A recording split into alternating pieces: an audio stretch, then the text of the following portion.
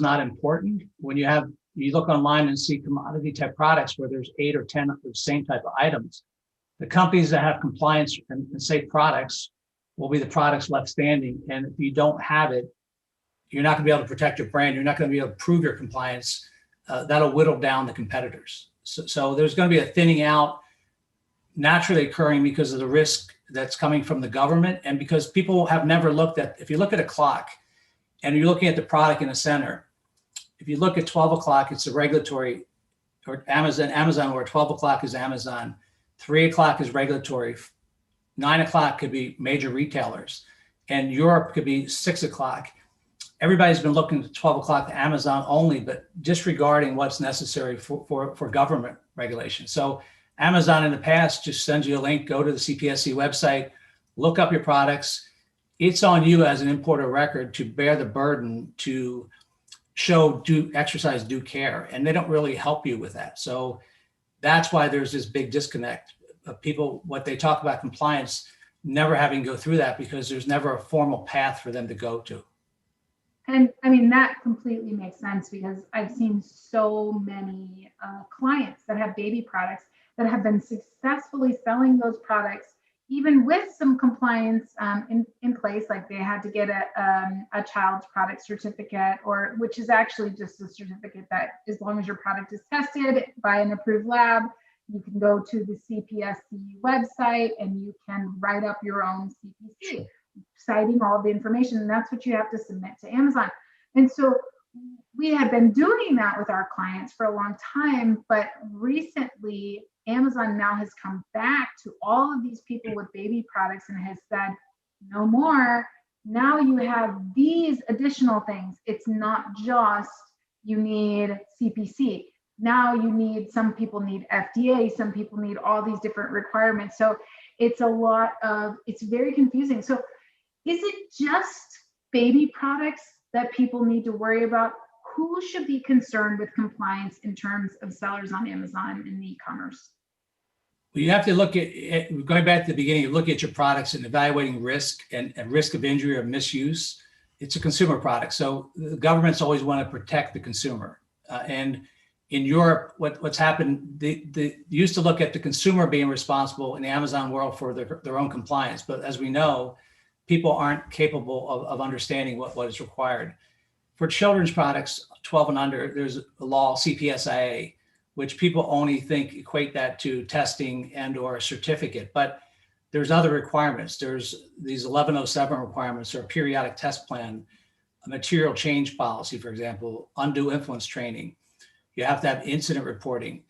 We offer a whole module that walks you through that critical path of every item that you need, so you don't run afoul just by having a CPC and a test report. And outside of baby products, evaluating your risk by age grading, lead for violations. Certain products are looked at, differently at the ports. So you have to look at your product as far as the risk goes, and you should get you can go to any test lab and say, I want to sell my products here. What are the regulations I need to test for? Prop 65 is a good example for California. On several clients I've talked to are under this, it's going out around Amazon that because you don't have 10 or less employees, you're exempt from Prop 65. When the fact is that Amazon is named as a co-defendant if you're fined for Prop 65, it's environmental law. So these cases, it's kind of legalized extortion. California shares in that fine. So if your product goes to a landfill, it doesn't matter how many, if it leaches certain chemicals, you're responsible for that. And if you're not in a safe harbor, if your products aren't in a predetermined case, class action, you have to either pay a fine, which could be $30,000 to $40,000. So a test may be $60 when you're doing a test for that. It behooves any seller to get that test if you're selling in California to make sure you're compliant with that item. And I think everyone selling on Amazon does have to meet the Prop 65 requirements, because there's no guarantee your product's not going to be sold in California. So it is kind of I think a blanket requirement. So yeah, I think it's so important to understand these things and to be able to be proactive about it. So speaking of being proactive, what is the easiest way to check if your product, what requirements your product has? So we're just focusing on folks that are selling on Amazon and in e-commerce, maybe in their own website. They're not ready for Walmart and big retail yet. You know, they're just getting started. What's the easiest way? Like, okay, I'm getting ready to sell dental floss, right? I'm going to sell dental floss. What is the easiest way to check? You mentioned a lab. How do I find this lab? Like, what's the steps I should go through when I'm considering selling a product? I've chosen the product. It looks good. I'm about to go source it. What should I do? So you can look at any accredited, go to the CPSC website. There's a list of accredited laboratories. And depending on your product, you can look online and see for dental floss, you can find the standard. Like in a typical product that has an ASTM standard, for example, you have a physical mechanical part of it, and then you have a chemical component, and you have the regulatory stuff. You go to the website and find out what your standard would be, but then you go to list to the CPSC and find a lab that's accredited for that standard. And there's a list on the CPSC website. Call them up and say, hey, I have these products. I want to sell in the US, Canada, and maybe Europe. And they will give you a quote for telling you what you should test for. So now, keep in mind that they sell tests, so it may be more than you may need, but at least you'll get an understanding of baseline of what your product requires, because things are happening very quickly. It used to be you just had to worry about the federal standards, but for children's products and other items, you have states that there are limits, and counties like in New York that they're setting limits that are more stricter than the federal level. So I just saw a thing from Wayfair for clients put out asking sellers by March 27th, if they don't click these 5 items that they can prove that their products don't have these chemicals in there, they're going to be delisted. So the bottom line is you need to know your products. You can't just have a guy who has a guy and gets products and thinks this is easy, I don't need it. Anybody who's going to be in business a long time, it's been successful, takes a passion at what they do and understands the products they're selling. And so you just can't put products up as commodities and think if I get caught, I'm just going to walk away from it. I mean, good sellers are good business people. And if you're going to build a business, you want to build a foundation for your business to last, to protect your wealth, protect your brand. And quality is the inverse of compliance. So if you're selling good quality products, you're going to have less compliance issues. And that's always been true, because in traditional retailers, chargebacks, which used to be Babies R Us or Target, they'll take products back from anybody because they'll give you a refund to spend in a store, but they just charge that retailer back and it throws in the trash, and you get a bill off the money they owe you. So you need to have good zippers if you're doing retails that don't break, because the quality issues are going to be compliance related issues. One of the containers that we're fighting now was released. There was a $90 material change in zippers on a container of bags that had the Chinese zipper versus the US zipper. There's no way of telling. The company didn't have a material change policy for the factory to let them know that they made the change. The CPSC scanned it for lead, found to have lead levels in it 3 times the limit, and they impounded the container. They wouldn't allow me to do a rework product because it wasn't in the products themselves were not compliant. It was just a case that was holding them. And we have a court date ahead of time, but we're going to get the container back. But there's a $105,000 fine on top of it was a $48,000 container, $12,000 of storage charges. It's been 2 months, and the hearing's not till April 5th. So if we get that back, there's a $400,000 swing in monies there for $90 of zippers. Oh my goodness. And this could have been taken care of by having an inspection, in COVID, since people can't go to the factories, which they used to go to, having an inspection company have a protocol to test before you leave, so you don't have to worry about that, because you spend $700.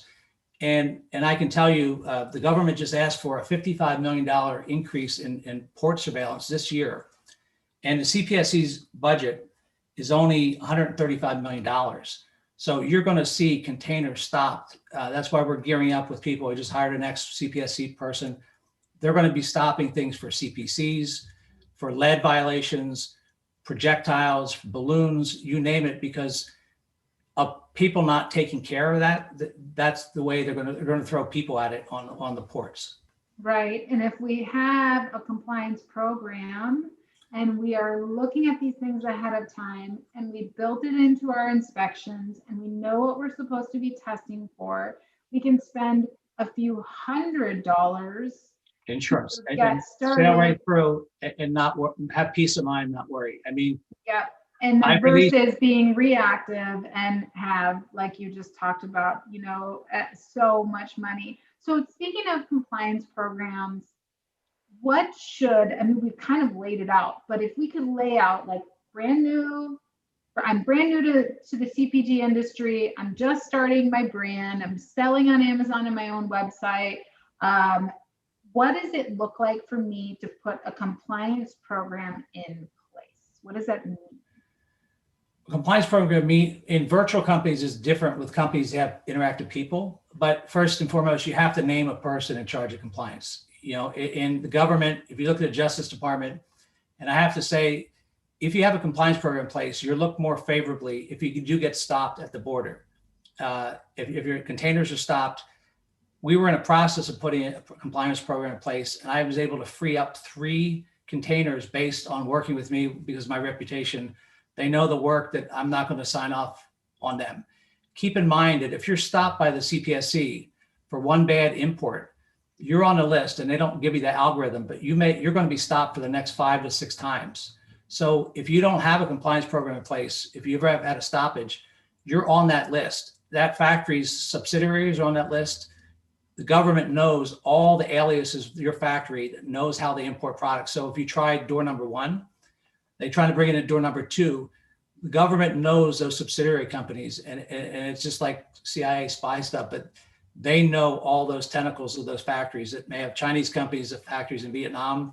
So they will stop you, and you have to have at least 5 clean imports before you get off. So by building that compliance program, you're putting process in place that ensure that you can start by building it into your vendor guides or into your POs to have, CPSC calls it exercising due care. So you have a responsibility as importer record to put products into this market to consumers. And this will also help you with liability insurance, because having a compliance program is like having driver's training on your insurance. It will show the insurance company that you know what you're doing, and it will lessen your risk to them because you have the process in place and understand what to do versus someone who's just not even following the laws. But you go forward and name that compliance person. Documentation is key. If you're doing children's products, you have a 5-year requirement for documents, everything related to that test reports, design documents. If you're in Canada, it's 6 years. If you're in Europe, there's a 10-year requirement. So you have to understand the documentation requirements, because your IT systems, how you store your files, not just now, but you have to have failover. If you have legacy in 2-3 years, switch to another program, you have to account for that, where that documentation is going to be, because you may be asked to produce that information, for liability things may come up in 4 to 5 years. So you have to build that compliance program into how you document, how do you build technical files. So how you build your files is paramount. If you want to sell in Europe, a technical file is required versus the US. And that is more inclusive than what you need for proof of compliance in the United States. So you have to learn how to build your documentation, your interaction with the factories, your corrective action plans, that if you change or design the product and make another iteration, it's important that you keep track of those changes so you can understand that. And most importantly is the material change, having detailed enough tracking down to the batch level. So if you do have one bad product, and we just passed Chinese New Year, but in sewing products in China, traditionally 60% of the employees just leave their jobs and go find another job somewhere else. So the quality is very bad for the first 3 months after Chinese New Year. That's why there's a rush to get stuff out before it ends. So your incidence of bad products is going to happen like from after that time period. So it's important that you can trace your batches down to the smallest denominator. So if you have tracking labels per batch, so if you had one bad batch, you wouldn't have to recall hundreds or thousands of products. You could say this is one bad container and prove to the government that I have enough detailed documentation to say this risk was only limited to this container. Bill, that's some great insight. Something else I would love to know is, are there any what are regulators looking for when they flag a shipment? Is it random? Are there things that you can do to kind of preempt getting flagged? I'm super interested to look behind the curtain in terms of what they're looking for. Well, just like you hear sometimes in news about sources and methods for the government, they don't disclose that, but I can say traditionally and historically, it's been looking at the ports. We have scanned, we have the X-ray scanners and everything else for radiation. I was just on a call yesterday. Client had radiation in pillows, and it was because of stuffing was recycled and it showed up as radiation, which is crazy in of itself. But now the CPSC is looking online at Amazon, for example, and looking at classes of products that they deem to be risky. And they'll look at the sellers and they check the manifest, because Customs Border Patrols, all the government departments work together. So they have the information available to them. So they can have you on the lookout for that. Or if you had a prior and you say you can't switch, you just can't end the company and go start another company because you had a violation, they follow that trail. And you may not think they know that, but they can look at it that way. They can look at it for products on the manifest, paints like yellows and reds and blacks, that inks may have lead in them because of packaging, for example. They have their own ways of looking at it that's different from what you and I would look at that product for. Interesting. And it's mostly around risk. Huh. So in terms of that, there's I feel like not only with Amazon, but with the, government regulations, things like that, stuff is changing so quickly. If you're a small mom and pop, somebody who's like moonlighting as an Amazon seller, it's getting harder by the day. How are those types of sellers, how can they keep up with all these changes in regulations and what's needed, what's not needed? Well, best thing is if you should sell products that you're intimate with and understand what you're selling and take a passion to it, because the most successful people, in the 10 years I've been doing this, the people that are most successful love the products they're selling, know everything about it, and they know what's inside of them. A client the other day asked for, you can't understand chemical compliance unless you know the MSDS. It's like the recipes for food. You have to know which chemicals are in your product. So you have to understand the basic building blocks of what to ask your factories and suppliers, because if you don't set a bar, a threshold for what you're expecting, you're going to get the least. If you set the bar very high, if the factories know you're looking for this is not the first year that they've sold into the U.S. market. So they're going to kind of blend their operations to what you're asking for. So it's better to know what to ask for, but it's also having your selling strategy of where you're going to sell. If you're planning on selling a product and you have a unique product that's not just a commodity that you could end up in retail, you want to develop a protocol for your products so you know where to sell. So when you test efficiently, you don't have to test, say you have 20, 25 products. You can test on a component level. You can test all the elements and paints and then test it standard once for put together and take that testing cost across 20 items. I'm working with a company for the last 4 months that's 2,300 products on Amazon. And we're working on a master protocol for all these products that we can get down to 16 protocols that they can ensure they meet Prop 65 in Europe, they sell in Europe, that they can sell worldwide. And understanding your products will enable you to map out where your sales channels will be, because if you were to go to retail from Amazon, you're going to be in a rude awakening if you've never done any of this. But if you plan for it from the beginning, it's an easy transition, because you just have to tweak a few things. You may have some extra risk. I mentioned some of the major retailers have quality items like YKK zippers, because they know that zipper is going to break and they don't want to return them back. So they have quality testing as well as compliance testing. So that's super interesting. The other thing I'm really curious about is, are, air shipments, express shipments, are they treated the same way? Because it seems like the government puts a lot more onus on those carriers to kind of regulate a little bit more. It's almost like they're contracting with them. Do you see the same type of issues with air shipments? And if not, why is that? Traditionally, the big carriers like FedEx did not want to provide CPCs for each item, but where we're headed is that is going to be a requirement going forward, because that is where the bulk of the products are coming in one by one. They're not being able to be scanned because of the thousands, hundreds of thousands of packages coming in every day. But in meetings I've been with government officials, they're looking at that, because why should someone have a favorable way of bypassing the rules and regulations and laws when everybody else is doing the right thing? So, the level of the playing field, if you sell in Europe, there's a new European surveillance law that went into effect. It goes into effect actually July 16th.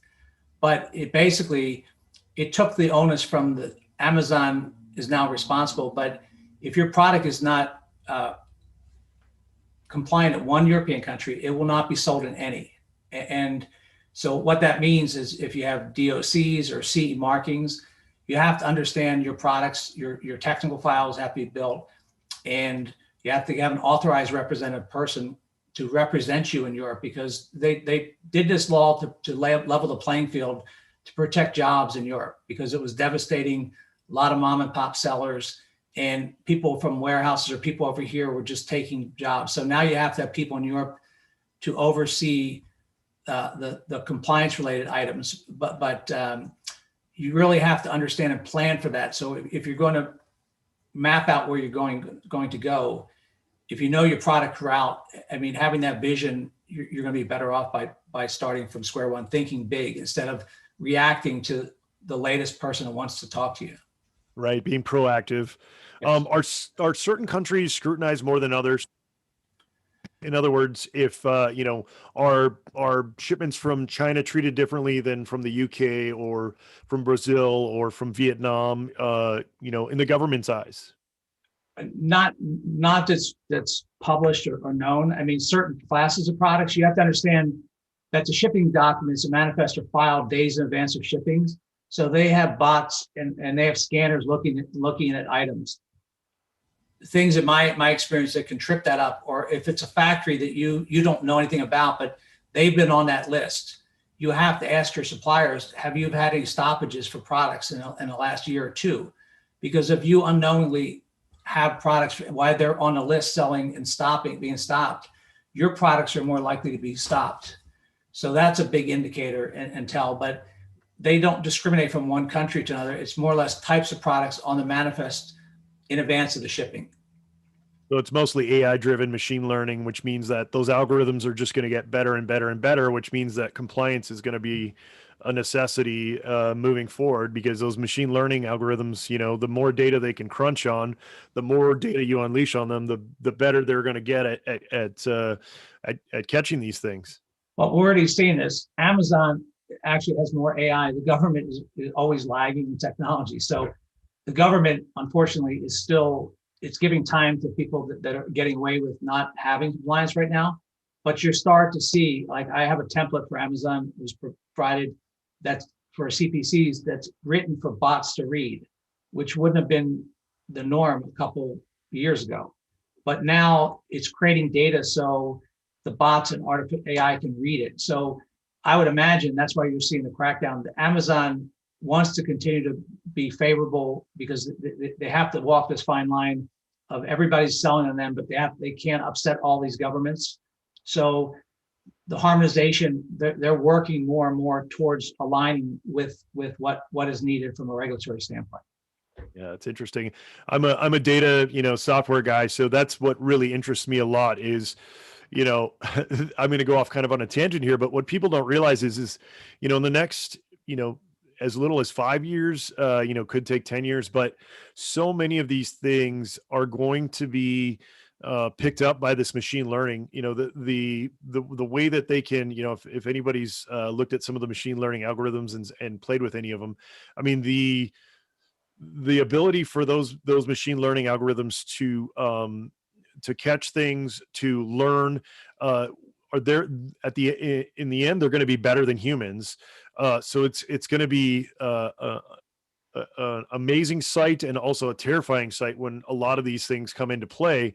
And like you said, it's better to start working on that now rather than later. It's kind of like, importing from China. There's a lot of talk now about, tensions rising with China and Taiwan and things like that, and people sourcing products only in China.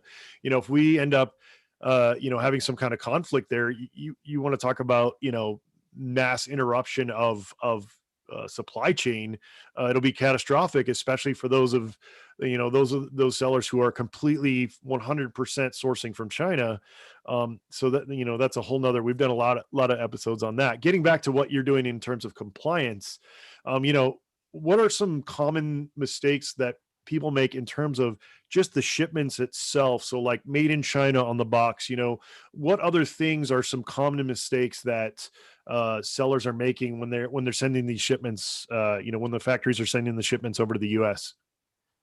Well, if you're building a brand and it is for the long run, I mean, having a vendor guide or standardizing the way from product to product, having a company format of the metric and imperial measurements, barcodes, because of stacking, and sometimes use third-party providers with barcodes and labeling on each side of the box.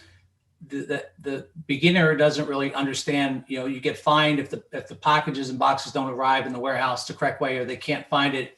They can get lost for weeks, and you have to build your infrastructure from understanding how best to package your products, and look at your products for package testing. In Amazon, if it's shipping its own package, or are you doing drop testing with FedEx and UPS? Amazon has helped spurn this one-day delivery phenomenon, which when I was importing baby products, we had to do cardboard testing structurally. So a stroller could survive 6 hops from California to New York, because there would be 6 FedEx trucks dropping off it and handling it. And now with distribution centers, you can send it 2 or 3 and have it closer. There's less wear and tear on that product. You don't need an outer box, for example. So it goes back to understanding your products, how you're going to ship it, what damages, what returns. You may go cheap the first time around and have a ton of returns because the box cardboard is not strong enough and it's being pierced and something's bent or something's broken. So you have to really look at things from literally A to Z on designing your products, your packaging, your labeling requirements to make sure you meet everything. And looking forward, if you're going to sell in North America for packages, if you're going to sell in Canada, you have to have the French and US. And I always tell companies to put Spanish on there also, because a huge market is Spanish speaking. So why not make it ready for the whole continent that have all 3 languages? Yeah, that's super interesting, in the fact that if you're not planning ahead for this stuff, then you're going to be caught flat-footed, right? And the part of the problem is you get these major companies, like Nike, for example, we'll just throw that out there, that have these huge compliance teams, right? But for the mom and pop business, we have so many other things to worry about. It's hard to even keep up with just the basics. So, trying to work this into your day, your week, to try to get this some of this compliance in play, I think is pretty essential.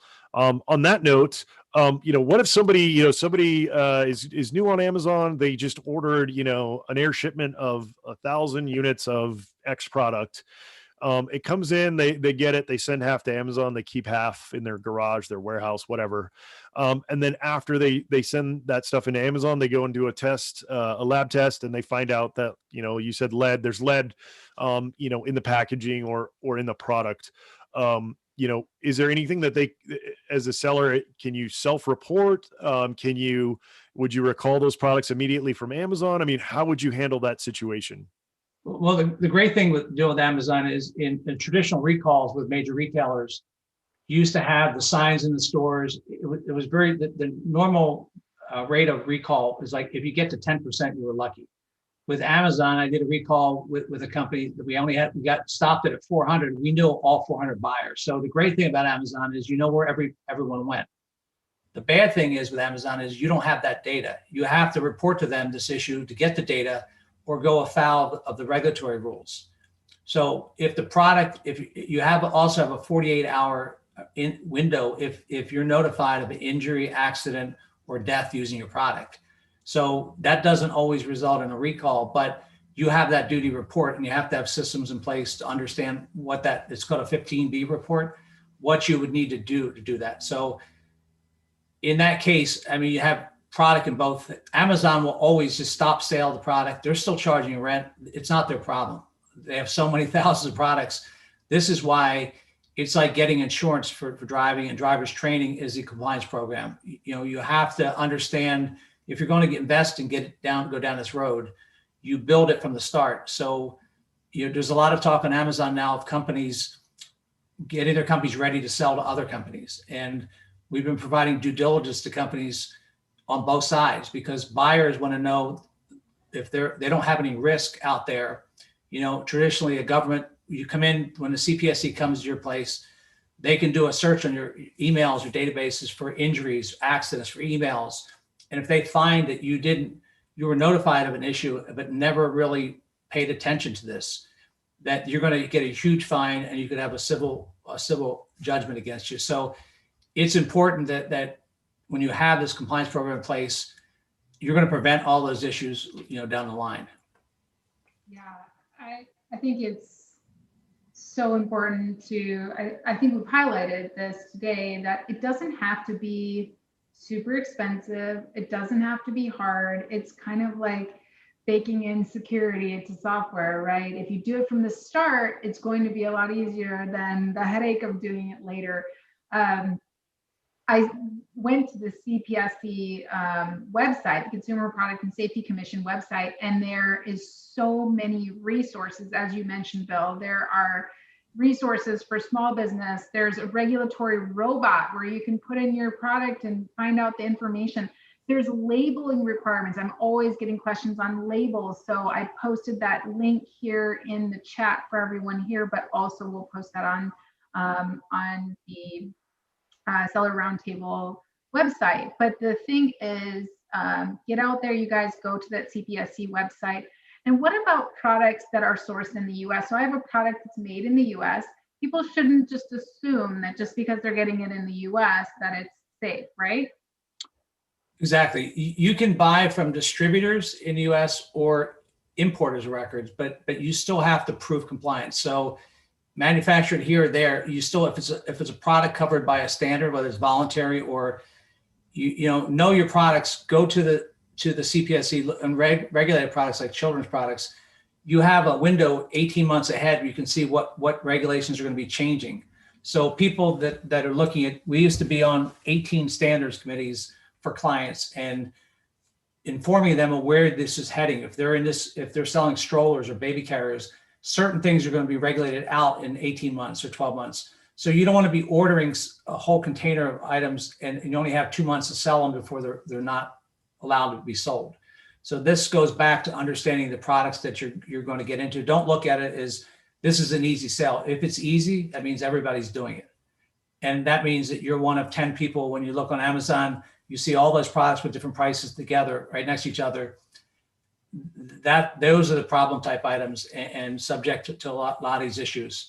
So you're getting back to data stuff. One thing I'm working on, been working on for 5 years, because I had a precursor in a software business of CPSI Ready, but I'm working on a cloud-based compliance program from mom and pops through API connectivity from enterprise ERP systems to bring in data. And I'm hoping to have that later this year, which will encompass and be able to put your data in once and have it bring the APIs from Amazon products right in.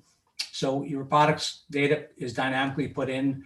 You can plug as a dashboard your incident notifications into that dashboard, your testing renewal dates, your documentation for training, your compliance program, escalation, all that information. So it's quite exciting. I've been working on it for 5 years. And because Amazon now is built on the cloud, this is our third iteration of it, because for seller POC, I was building it to the bigger good of the be all end all for enterprise level, but COVID changed everything. So I'm narrowing the scope to make it for Amazon sellers to automate and bring that data available and build it around it. So you put it in once And then all your documentation will be around that data. Got it. And as far as problems, so we've talked about some scary stories, but we love to tell scary stories here on the Seller Roundtable. So give us your scariest story of an Amazon seller that did not have a compliance program in place, and what happened, and what costs were associated with that. I have two stories. One was not an Amazon seller, but not having a compliance program in place. And if you've had a warning before, the CPSC literally has no sympathy for you. I mean, they'll just take your container, they'll fine you, and you have no recourse. If you want to show, that you're on the right path, that you've learned and understood, the government, like anyone else, no one likes to see people trying to cut corners to get around the law, because you're selling consumer products at the end of the day, and not checking. We go back to the quality inspections. We had a seller that ordered a whole container of sweaters, and they had 4 arms. And literally, how do we rework it with 2 arms on each side? And because there's no quality inspection set up, there's ordering sight unseen, and literally, what do you do with that? You really can't rework it. I mean, it's trash at that point. So I guess the moral of the story is, if you're better prepared, it's like being, when the policeman stops you, to produce your license and identification and work with them. If you try to get out of it, I mean, they've seen us so much. The way the government is going with this extra budget of $55 million, it's going to get a lot worse. You can see the storm clouds coming. All the ports are going to have enhanced security with technology, which is in the budget. And that 55, I have a letter from the commissioner stating where they want this money to be applied. And it's going to be in pre-checking, much like they do at customs, when they knew who's on each plane. They're going to know which products are using that technology to be better aware of what's coming into the country. Got it. So love the scary stories.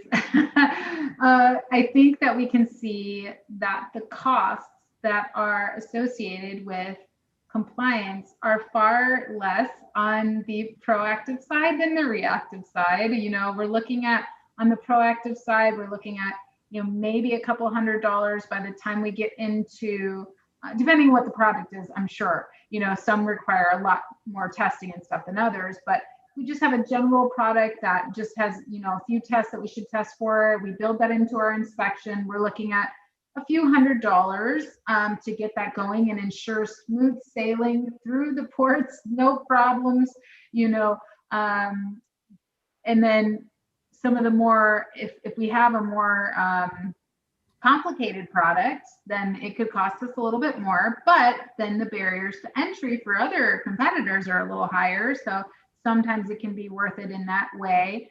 But what about, I'm losing my thing. Oh, products, specific products, Bill, that you would recommend that people avoid. Like, are there any products, you mentioned some of them that are, really competitive, right, with prices all over the place and stuff like that. But in terms of, I'm just getting into this, I'm discovering some niches, are there things that you're like, I would never go into that category because of that? Right now, lithium batteries, button batteries, with anything, you'll see a lot of toys used to have batteries in them that don't have them anymore, because there's a huge crackdown because of the quality, the explosion, starting fires on shipments and the like. So that anytime we're dealing with children's products, why CPSA is more stringent is because children are held dear to our hearts, and politicians, you don't want to damage children or injure children. So that's why you really have to set the bar very high for children's products. But I'm amazed by people that want to do the least to get by. And at the end of the day, if anybody that's been an Amazon seller has come from a normal company. If you're doing, I have people tell me, because Amazon, I do 7 figures, eight figures on Amazon because it's a boasting type thing.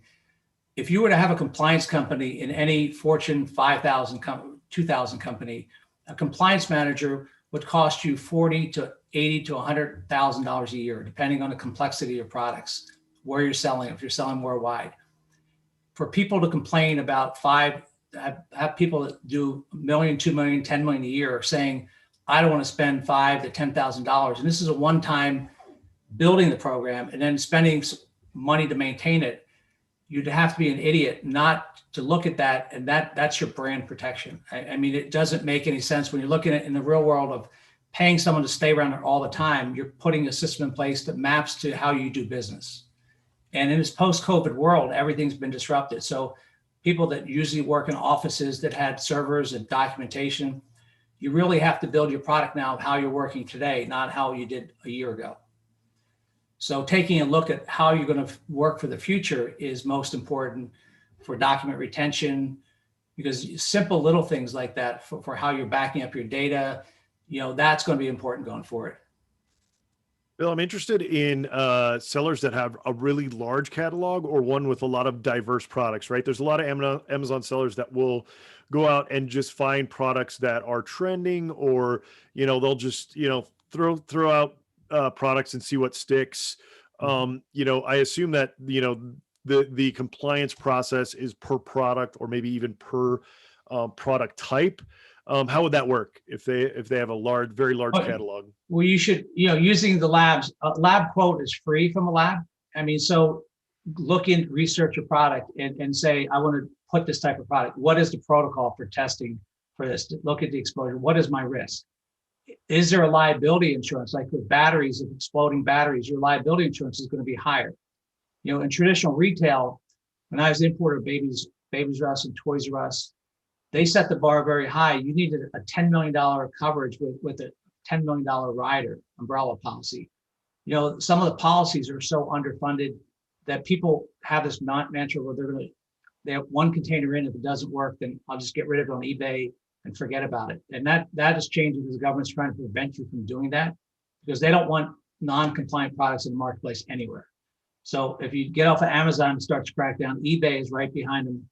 They're going to be doing the same things. So having the ability to vet your products, and if you're looking at 100 people, if it's easy and everybody's doing it, how long can that product last if everybody's doing it for the short term? I mean, if you're going to build a product portfolio, just because you can doesn't mean you should.